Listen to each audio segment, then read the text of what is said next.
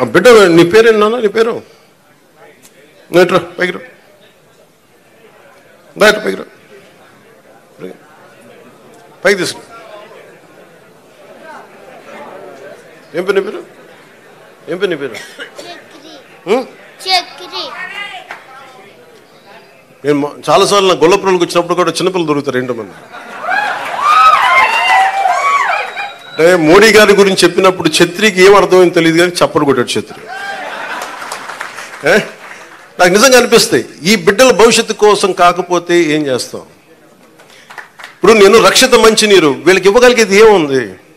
కనీసం తాగడానికి మంచి నీళ్ళు ఇవ్వగలగాలి, మంచి చదువు చెప్పించగలగాలి. వీళ్ళకి ఏం చేయగలం? వీళ్ళకి కనీసం వాళ్ళకి వాళ్ళ అవసరాలకు కానీ, వాళ్ళు చదువుకోవడానికి కానీ, హాస్పిటల్స్ కానీ, వైద్యం ఏదైనా ఇబ్బంది వస్తే హాస్పిటల్స్ కానీ, చదువుకోవడానికి బడి కానీ. నేను చెప్తాను 2047 చంద్రబాబు గారు ఇదే అనుకుంటున్నాను. చంద్రబాబు గారు ఇదే చెప్తా ఉన్నారు, అద్భుతంగా రాణించాలి, భారతదేశం should become number 1 in the world అని. మోడీ గారి కోరిక అదే. ఆ కోరిక నిజం నెరవేర్చాలంటే మనం ఈ తరం కోసం పనిచేయాలి.